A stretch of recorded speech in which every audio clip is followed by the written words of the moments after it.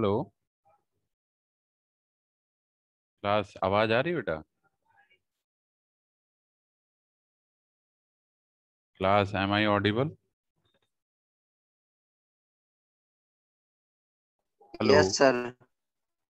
ठीक है ठीक है। मेरी आवाज आ रही है सभी को है? ये तो आज हम लोग एक न्यू यूनिट स्टार्ट करने जा रहे हैं बेसिकली। ठीक है। That is your third unit. That अब यहाँ से जो पोर्शन आपका स्टार्ट होगा वो बेसिकली आपका एंटीना का पोर्शन है। ठीक है। अभी तक हम लोगों ने जो कवर किया वो इलेक्ट्रोमैग्नेटिक का पोर्शन था। अब हम लोग कवर करेंगे एंटीना का पोर्शन। ठीक है। क्लियर है सभी को? आवाज आ रही है प्रॉपर? बताइए बेटा, सभी को आवाज आ रही है? Yes hello. सर। ठीक है। तो वाइट शीट शेयर कर रहा हूँ, वाइट बोर्ड। ठीक है। तो सभी को दिख रहा है ये? तो we start with the unit two, unit three basically. ठीक है। Now we will continue with unit three. ये यूनिट जो आपकी है basically that covers your antenna fundamentals. ठीक है। Antenna fundamentals. ठीक है। एंटीना फंडामेंटल्स, तो ये हम लोग को अभी इस यूनिट में पढ़ना है। ठीक। तो सबसे पहले हमें कुछ चीज़ें पता होनी चाहिए कि एंटीना होता क्या है। अगर आपसे कोई डेफिनेशन पूछता है व्हाट इज एन एंटीना, ठीक है, तो can anybody define what is an antenna? बताइए बेटा, व्हाट इज एंटीना? डेफिनेशन लिख लीजिए। An antenna is basically a transducer. An antenna is basically a transducer. एक एंटीना हमारा एक ट्रांसड्यूसर होता है। ट्रांसड्यूसर सभी को पता है कि वन फॉर्म ऑफ एनर्जी को अनदर फॉर्म ऑफ एनर्जी में कन्वर्ट करता है। ठीक है। क्लियर? It converts. ये तो सभी को पता है ना, ट्रांसड्यूसर क्या काम करता है? बताइए। हेलो। आवाज आ रही है बेटा सभी को प्रॉपरली?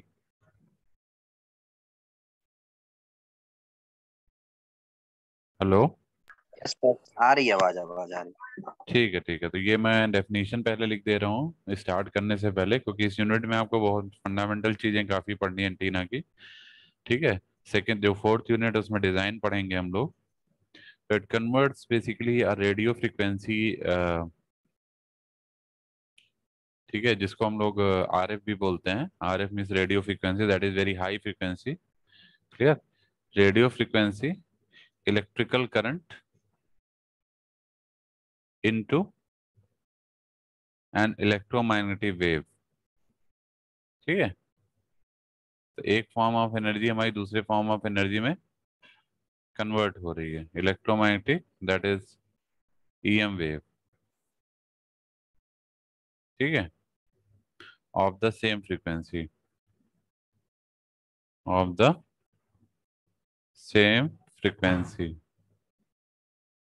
ठीक है। फ्रीक्वेंसी में चेंज नहीं होगा, बस क्या होगा, एक फॉर्म ऑफ एनर्जी दूसरे फॉर्म ऑफ एनर्जी में कन्वर्ट हो जाएगी। कहने का मतलब है जो आपका इलेक्ट्रिकल करंट है, ठीक है, that will be converted into electromagnetic wave for the transmission purpose. तो बेसिकली एक ट्रांसड्यूसर की तरह हमारा एंटीना काम करता है, कि जो कि वन फॉर्म ऑफ एनर्जी को अनदर फॉर्म ऑफ एनर्जी में कन्वर्ट करता है। Am I clear? ठीक है, समझ में आ रहा है सभी को? ठीक है। तो जो एंटीना है basically it produces an electric and magnetic, दोनों फील्ड प्रोड्यूस करेगा, क्योंकि इलेक्ट्रोमैग्नेटिक वेव में दोनों ही कंपोनेंट होते हैं, electric as well as magnetic field component. ठीक है। Which will constitute an electromagnetic field. Clear? तो जो ट्रांसमिशन एंड रिसेप्शन होगा इलेक्ट्रोमैग्नेटिक एनर्जी का, वो आपको फील्ड पैटर्न से मिल जाएगा, जो भी फील्ड पैटर्न एंटीना का मिलता है। ठीक है। क्लियर है सभी को? इसकी एक सर्किटरी होती है। क्लियर? जैसे ट्रांसमीटर साइड पे भी एक सर्किटरी होगी, रिसीवर की भी एक सर्किटरी होगी। ट्रांसमीटर से हमारा ट्रांसमिट होता है सिग्नल, रिसीवर पे रिसीव होता है, ठीक है। तो ये हमारे बहुत ही मेन फैक्टर हैं, ठीक है। जो करंट प्रोड्यूस होती है, magnetic current, the current produces basically a magnetic field and it's charge that produces N electrostatic field, ठीक है। चार्ज की वजह से आपका इलेक्ट्रोस्टैटिक फील्ड प्रोड्यूस होता है। ये हम आपको पिछले यूनिट में ही बताए हैं कि इलेक्ट्रोस्टैटिक फील्ड में हमने बताया था कि जो सर्कुलर पाथ होता है उसमें चार्ज की वजह से हमारा फील्ड प्रोड्यूस होता है। और जो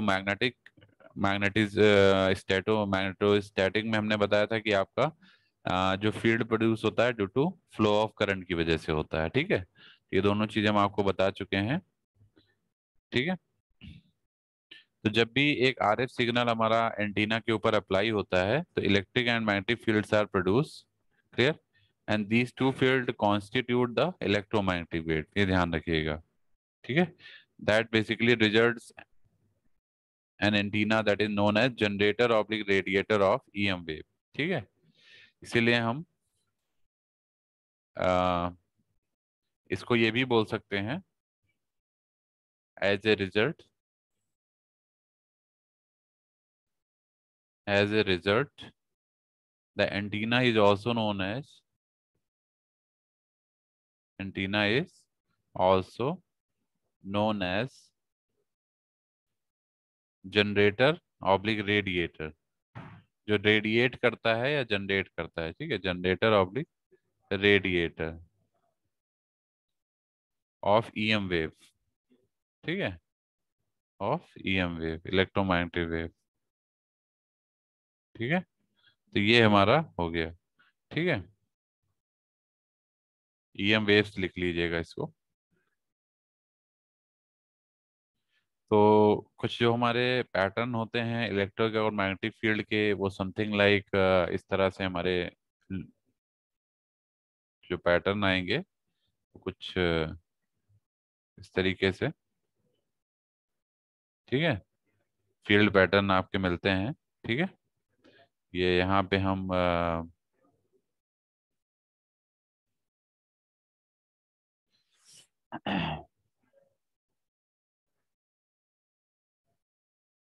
ये हमारा एक कह सकते हैं आप पोटेंशियल है बेसिकली, ठीक है। तो इस तरीके से हमारा ये प्लस है, ये माइनस एंड है। Field lines are just converging from plus to minus, ठीक है। This is field line that is E, ठीक है। इस तरीके से हमारा कुछ मूवमेंट होता है, समथिंग लाइक दिस, ठीक। क्लियर है सभी को? ओके, ठीक है। तो कुछ इलेक्ट्रिक फील्ड लाइंस होंगी, कुछ मैग्नेटिक फील्ड लाइंस होंगी, दोनों कॉन्स्टिट्यूट करके आपका इलेक्ट्रोमैग्नेटिक वेव को फॉर्म करते हैं, ठीक है। जैसे ई हो गया, फिर यहाँ एच हो गया, तो this is something like this, ठीक है। ये क्लॉकवाइज भी हो सकती है और एंटी क्लॉकवाइज भी हो सकती है। जैसे हमने क्लॉकवाइज बनाया है, सिमिलरली एंटी क्लॉकवाइज भी आप बना सकते हैं, ठीक है। तो these are the electric and magnetic field produces by RF signal, electric and magnetic field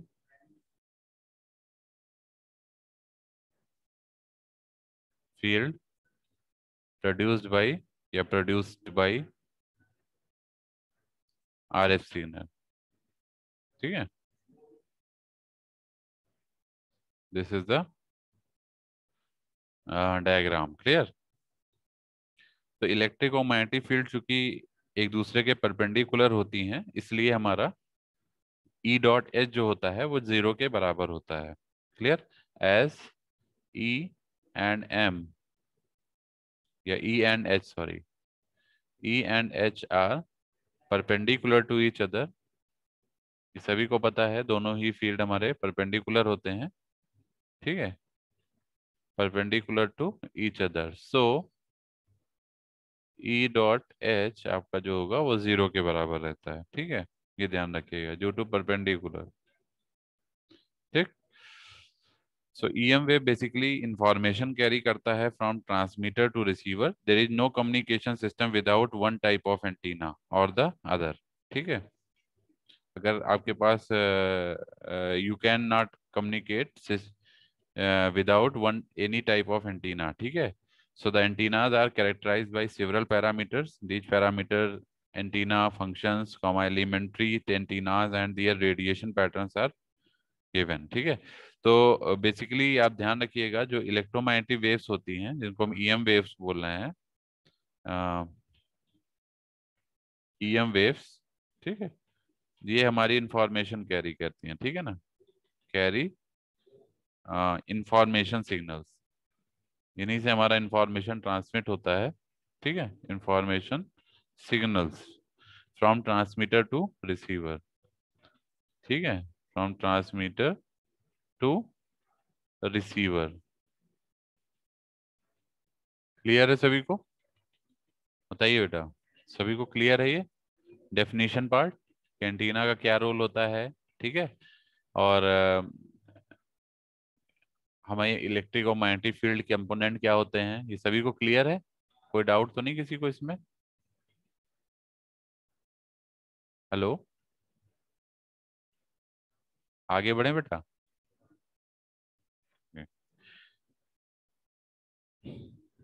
तो डेफिनेशन की अगर हम बात करें तो it is defined in different different ways, कई सारे वेज हैं इसको डिफाइन करने के। जैसे आप इसको ऐसे भी डिफाइन कर सकते हैं कि एंटीना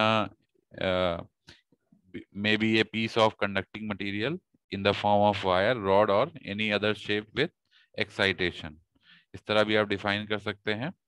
और दूसरी डेफिनेशन है कि an antenna is a source or radiator of electromagnetic waves, ठीक है, antenna is a source or radiator of electromagnetic wave, जो कि अभी हमने डिफाइन भी किया ऊपर, ठीक है, या रेडिएट करता है या सोर्स की तरह काम करता है ऑफ इलेक्ट्रोमैग्नेटिक वेव्स जो रेडिएट हो रही हैं, ठीक है। थर्ड आपकी डेफिनेशन आप ऐसे भी डिफाइन कर सकते हैं, an antenna is a sensor of electromagnetic wave, या an antenna is a transducer, या an antenna is an impedance matching device, ठीक है।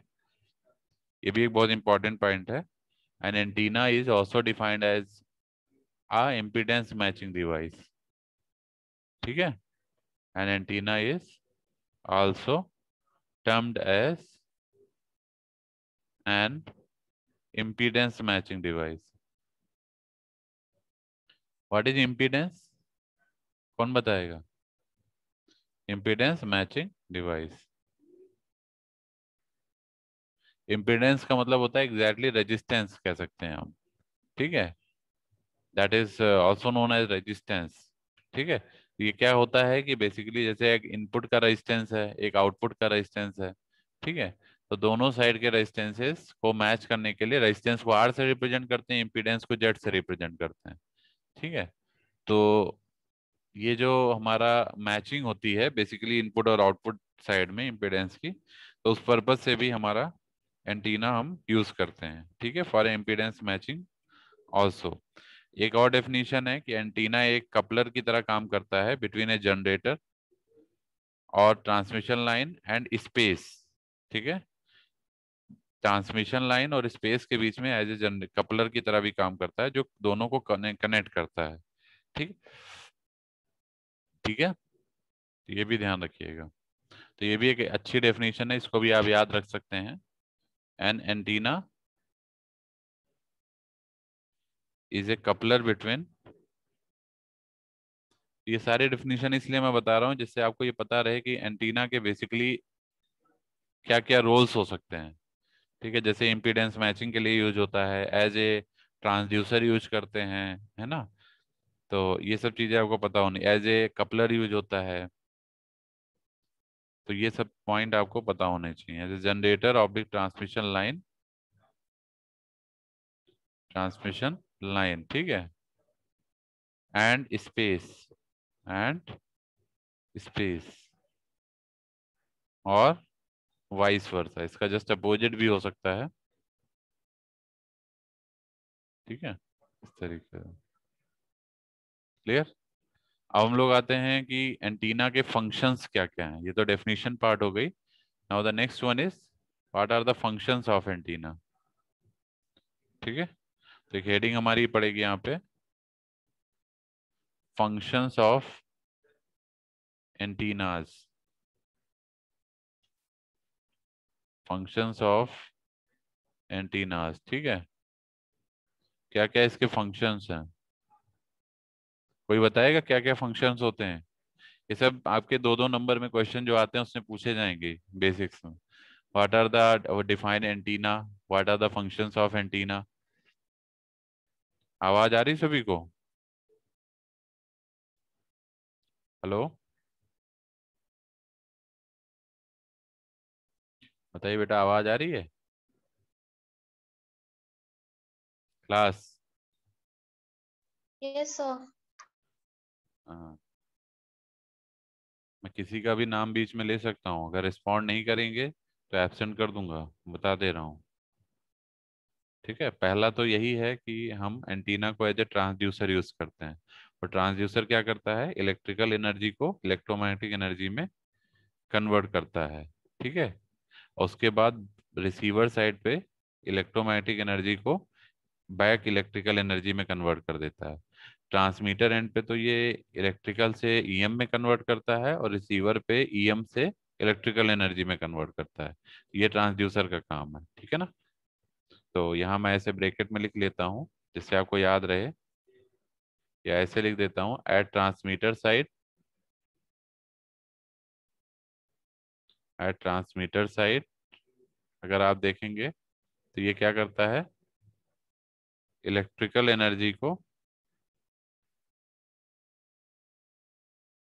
कन्वर्ट करता है ईएम एनर्जी में या ईएम वेव में।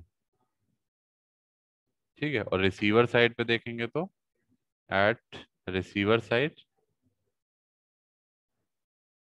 ये बेसिकली क्या करेगा, उल्टा काम करेगा, ईएम वेव को या ईएम एनर्जी को इलेक्ट्रिकल एनर्जी में कन्वर्ट करता है। तो दोनों काम ही करेगा। ठीक है, ट्रांसमीटर पे ये इलेक्ट्रिकल से ईएम कन्वर्ट करेगा जो कि आपकी एयर के थ्रू ट्रांसमिट होगी, और रिसीवर पे आपका इलेक्ट्रोमैग्नेटिक वेव को अगेन इलेक्ट्रिकल एनर्जी में कन्वर्ट करेगा जो रिसीव करेगा एंटीना। ठीक है, इसके बाद अगर हम बी पॉइंट की बात करें, if you talk about the B point, second point basically, तो अभी हमने बताया it is use as an impedance matching device, it is used as an impedance matching device, impedance matching device. इसको हम impedance matching device की तरह भी use करते हैं। इसका क्या मतलब है, बेसिकली ये क्या करेगा, ये ट्रांसमीटर एंड फ्री स्पेस जो भी हमारा ट्रांसमिटिंग साइड पे है इसको मैच करेगा या कपल करेगा एट रिसीवर साइड। ठीक है, that with the free space, clear. तो ये ध्यान रखिएगा। तो this is another very important point. अब सी पॉइंट की बात करें तो it is use to direct radiate energy, it is use to direct radiate energy, radiate energy, ठीक है, direct radiate energy in desire direction. जिस डायरेक्शन में आपको रेडिएशन चाहिए उस डायरेक्शन में आप इससे रेडिएशन दे सकते हैं, डिजायर डायरेक्शन। ठीक है, एक डायरेक्शनल एंटीना होता है, वो हम लोग का इसी पर्पज से यूज होता है, पर्टिकुलर डायरेक्शन में ही वो रेडिएशन पैटर्न मिलता है इन डिजायर डायरेक्शंस। ठीक है, and to suppress it in unwanted direction, and किसी अनवांटेड डायरेक्शन में जाने से रोकता भी है स्पेक्ट्रम को। ठीक है, and to suppress it in unwanted direction.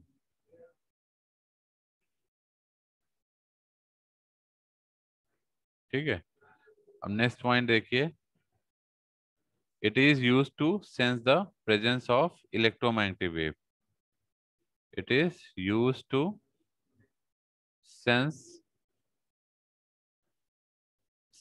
The presence of, कि मौजूद है कि नहीं है ये भी सेंस करने के लिए हमारा यूज होता है, प्रेजेंस ऑफ ईएम वेव।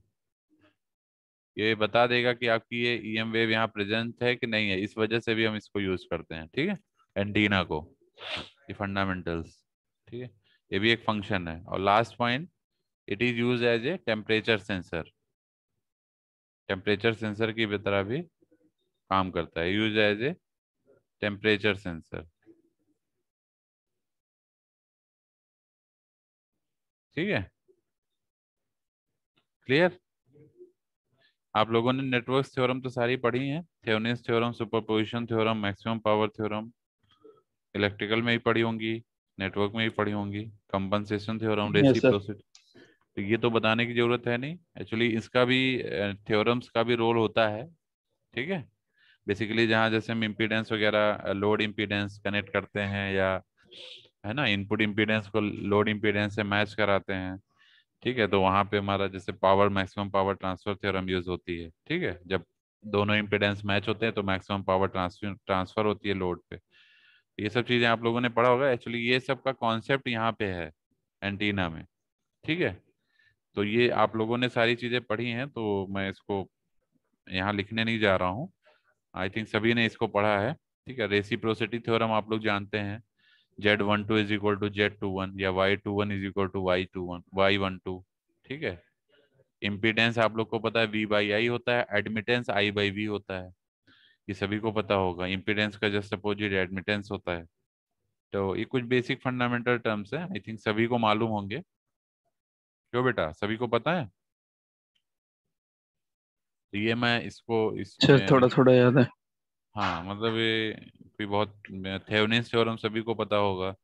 ठीक है, in yes sir. Linear bilateral network basically हम लोग क्या करते हैं, किसी एक कोई, नेटवर्क से अगर हाँ दो, किस, अगर कंपोनेंट गिवन है, वोल्टेज सोर्स या करंट सोर्स, हाँ तो हम लोग क्या करते किसी हैं, एक उसका को थेवेनिन इक्विवेलेंट निकालते हैं। ठीक है, तो Thevenin equivalent superposition. Means VTH and RTH की वैल्यू निकालते हैं। ठीक है, क्लियर। और सभी को पता है, उसको इक्विवेलेंट ड्रॉ करते हैं VTH एंड RTH का, जब VTH निकालते हैं। ठीक है, और एक चीज आपको ध्यान रखना है कि जिसके क्रॉस भी हमारा जो लोड होता है, वहां हम अपना VTH कनेक्ट कर देते हैं, लोड को रिप्लेस करते हैं, and then we find the VTH in invert direction to the circuit. Clear. और जब लोड निकालना होता है तो लोड के लिए हम VTH वोल्टेज सोर्स को शॉर्ट कर देते हैं, and then we find the load. Clear. Is equivalent resistance, not load, that is equivalent resistance, that is RTH, जिसको हम थेवेनिन रेजिस्टेंस भी बोलते हैं। फिर लास्ट में हम थेवेनिन इक्विवेलेंट बनाते हैं, जिसमें VTH RTH को सीरीज में लगा देते हैं और लोड को उसके साथ कनेक्ट कर देते हैं, and then we find the total current into the series circuit consisting VTH RTH and load. ठीक है, इस तरह से करते हैं। सुपरपोजिशन थ्योरम में क्या है कि जब मोर वन से ज्यादा सोर्सेज, मान लीजिए दो सोर्स हैं in a linear bilateral network, we have two sources, तो एट ए टाइम एक सोर्स को एज्यूम करते हैं हम, दूसरे को शॉर्ट कर देते हैं। अगर करंट सोर्स है तो ओपन हो जाएगा, वोल्टेज सोर्स है तो शॉर्ट हो जाएगा। ये एट ए टाइम दो सोर्स में से एक सोर्स के रिगार्डिंग हम I1 निकालते हैं, फिर उसको शॉर्ट शॉर्ट करके दूसरे सोर्स के अकॉर्डिंग R2 निकालते हैं, फिर दोनों को ऐड कर देते हैं, then we get the total current. Maximum power में आपको पता है V²/4RL का कॉन्सेप्ट लगता है, जब इनपुट इम्पीडेंस लोड इम्पीडेंस के मैच कर जाता है, तो जो मैक्सिमम पावर डिलीवर होती है लोड पे, that is PL is equal P maximum is equal to V²/4RL। ठीक है, क्लियर है सभी को ये?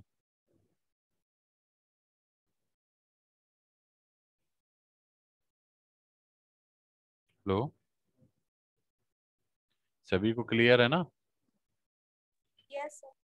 तो ये सब रेसिप्रोसिटी थ्योरम मैंने बता ही दिया, ये सब आपने नेटवर्क्स में पढ़ा होगा, नेटवर्क्स जो एक सब्जेक्ट चलता है, आप लोगों ने उसमें सारी चीज़ें पढ़ी होंगी, तो मैं ये पॉइंट अभी स्किप करके आगे बढ़ता हूँ। तो नेक्स्ट जो टॉपिक है, properties of antenna. Properties of antenna, ठीक है, ये कुछ फंडामेंटल चीज़ें हैं एंटीना से रिलेटेड, जो कि बहुत बार पेपर में पूछ ली जाती हैं, या ऑब्जेक्टिव क्वेश्चंस में भी ये बहुत कवर होता है। ठीक है, तो पहली प्रॉपर्टी है, इट हैज़ आइडेंटिकल इम्पीडेंस। इसको नोट भी करते रहिएगा आप लोग, जो मैं इसीलिए यहाँ नोट भी कर दे रहा हूँ। It has identical impedance. Identical का मतलब होता है same impedance. It has identical impedance when used for transmitting and receiving. When used for transmitting and receiving, ठीक है।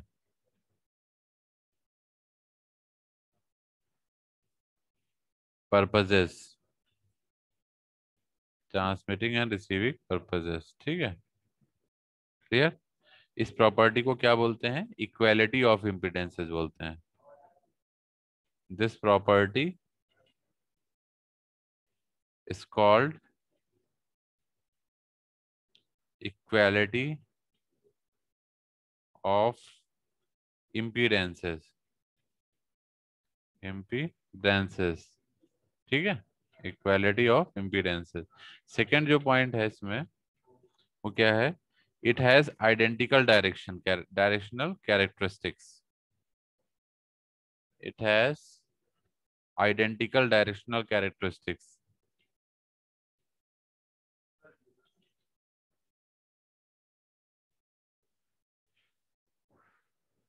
डायरेक्शनल कैरेक्टरिस्टिक्स, ठीक है। ऑब्लिक पैटर्न कैरेक्टरिस्टिक्स जो हमें मिलती है ये पैटर्न कहलाता है, बिल्कुल ठीक है, oblique patterns. When it is used for transmitting and receiving purposes, when it is used for transmitting and receiving purposes,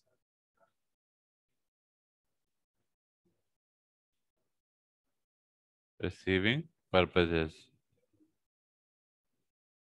ठीक है।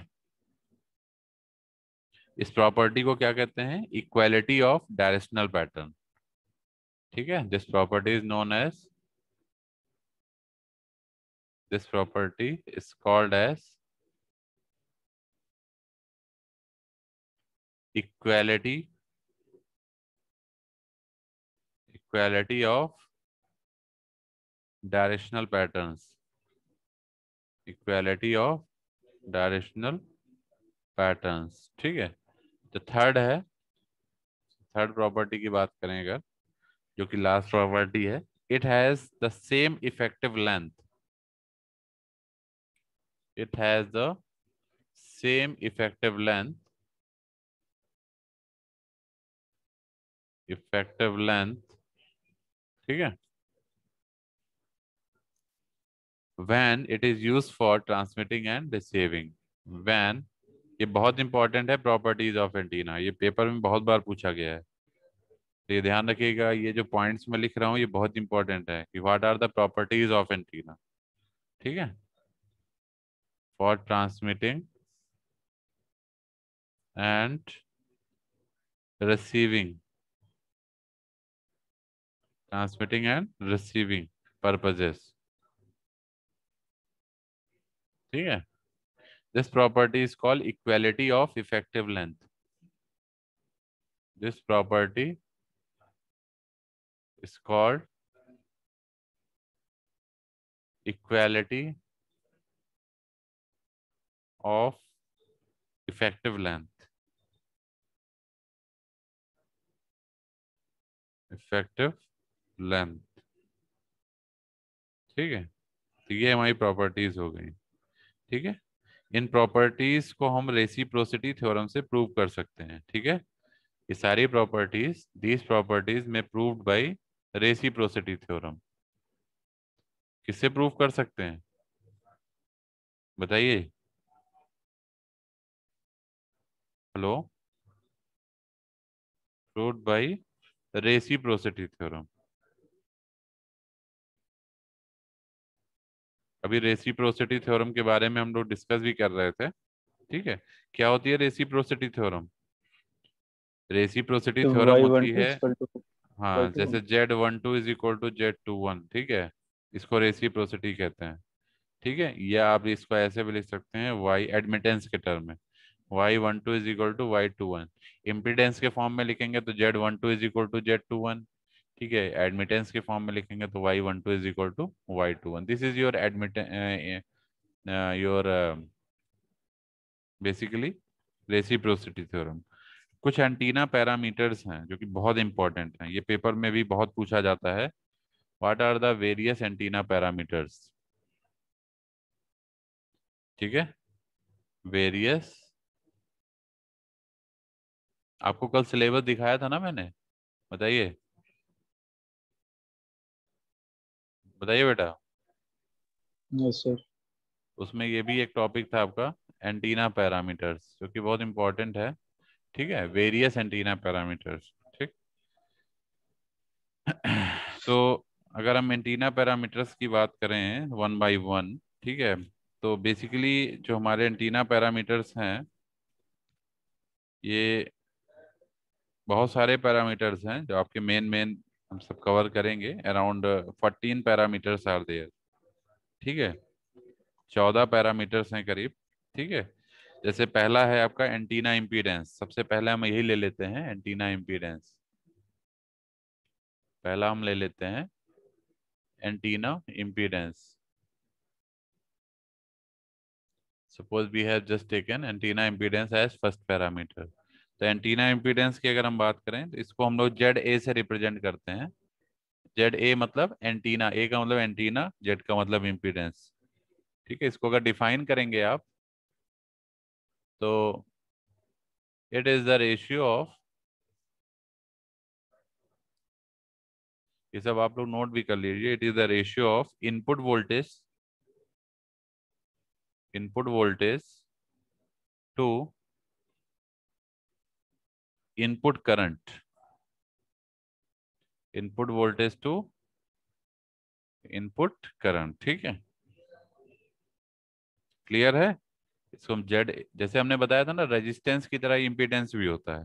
ठीक है, तो इसको हम इन जनरल अगर लिखेंगे तो Z A is equal to approximately V I upon I I. Unit भी इसकी ओम ही होती है। ठीक है, दिस इज योर इक्वेशन। ठीक है, जेड ए आपका जो है एक कॉम्प्लेक्स क्वांटिटी है। Here Z A is a complex quantity. ठीक है, कॉम्प्लेक्स क्वांटिटी। ठीक है, जेड एक्स आपका एक complex, Z A complex quantity है। और इसकी वैल्यू जो होती है इन टर्म्स ऑफ, कॉम्प्लेक्स का मतलब जानते हैं, complex number X plus I Y के फॉर्म में हम लोग लिखते हैं। तो ये लिखा जाएगा Z A is equal to R A plus J of X A. Clear है सभी को? Z A is equal to R A plus J of X A, जहाँ पे एक्स ए क्या है, कौन बताएगा? आर ए तो आपको पता, आर ए आपका रेजिस्टिव पार्ट है। This is your resistive part. ठीक है, but what is X A? X A क्या है? सर यहाँ पे इम्पीडेंस वो इंडक्टर वाला आ रिएक्टिव है। सकता है कैपेसिटर। हाँ, ये बेसिकली कैपेसिटर की वजह से रिएक्टिव पार्ट है, रिएक्टिव पार्ट। ठीक है, this is your reactive part and this is your resistive part. Clear है? ठीक है, x is your reactive part of antenna. ठीक है, from the field, from the field. ठीक है,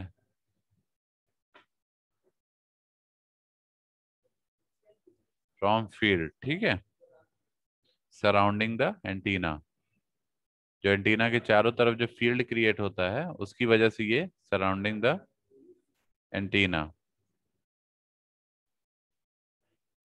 ठीक है, ये ध्यान रखिएगा। तो ये जो आर ए की वैल्यू होती है हेयर, आर ए जो हमारा है, आर ए को भी हम लिख सकते हैं R L plus R R. ठीक है, where R A is equal to R L plus R R. R L क्या है? आर एल क्या है, बताएगा कोई? ये लॉसेस है, लॉसेस, जो एंटीना में लॉसेस होते हैं। ठीक है, लॉसेस इन एंटीना, रेजिस्टेंस की वजह से लॉस क्रिएट होता है, सभी को पता है। ठीक, करंट को अपोज करता है रेजिस्टेंस। और आर आर क्या है? Radiation resistance, radiation resistance. ठीक है बेटा, क्लियर है सभी को? तो ये पहला पैरामीटर हो गया। उसके बाद सेकंड पे हम लोग आएंगे, that is radiation resistance. That is R R, इसकी जो हम बात कर रहे हैं। तो ये फर्स्ट पैरामीटर आपका हो गया। Now we come to the second parameter. Second parameter है रेडिएशन रेजिस्टेंस।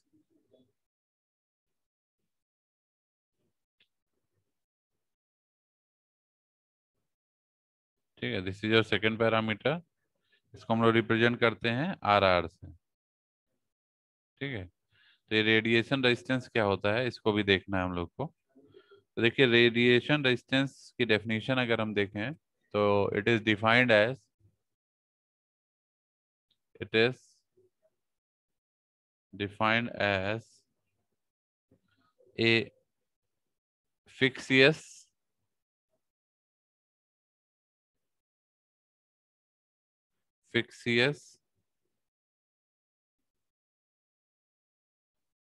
ठीक है, fictitious और हाइपोथेटिकल रेजिस्टेंस। हाइपोथेटिकल रेजिस्टेंस ये ध्यान रखिएगा, ठीक है ना, हाइपोथेटिकल, फिक्सियस और hypothetical resistance that would dissipate an amount of power, that would dissipate and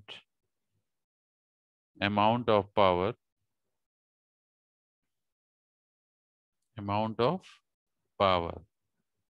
ठीक है, that would dissipate an amount of power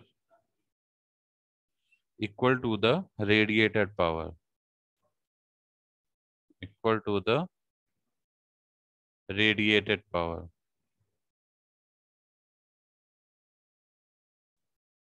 ठीक है, क्लियर है। ये हमारा डेफिनेशन पार्ट हो गया कि दैट इज ए फिक्सियस और hypothetical resistance that would dissipate an amount of power. ये एक अमाउंट ऑफ पावर डिसिपेट करता है जो कि बेसिकली रेडिएटेड पावर के बराबर होता है। ठीक है, इसको अगर आप उसमें मैथमेटिकल फॉर्म में लिखेंगे तो ये किस फॉर्म में लिख सकते हैं, ये मैं बता देता हूँ। मैथमेटिकल फॉर्म में अगर आप लिखते हैं, if you right in mathematical form,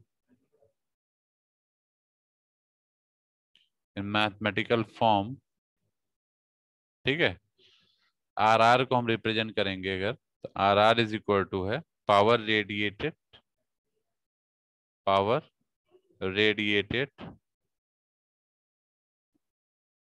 upon RMS जो करंट है इसका स्क्वायर। तो दिस इज योर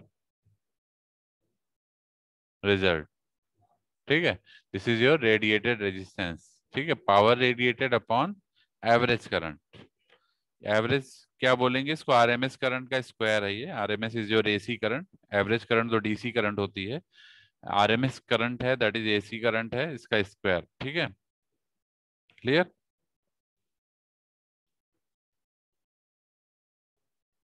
ठीक है, जो थर्ड हमारा है, बेसिकली थर्ड पैरामीटर की बात करेंगे।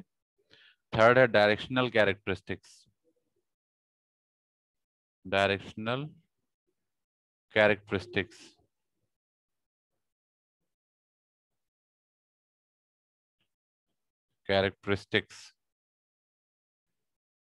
Directional characteristics. ठीक है, अब डायरेक्शनल कैरेक्टरिस्टिक्स की अगर हम बात करें तो ये क्या होता है, इसको हम रेडिएशन कैरेक्टरिस्टिक्स भी बोलते हैं। तो these are also called radiation characteristics. ठीक है, रेडिएशन, अभी मीटिंग ओवर हो जाएगी, 1 मिनट के आसपास टाइम बच रहा है, आप लोग दोबारा ज्वाइन कर लीजिएगा। ठीक है, क्लियर। मैं टाइमली आप लोग को क्लास के जितने भी वीडियो लेक्चर्स हैं सब शेयर करता रहता हूँ, आप लोग वीडियो लेक्चर देखा करिए। मैं देख रहा हूँ कि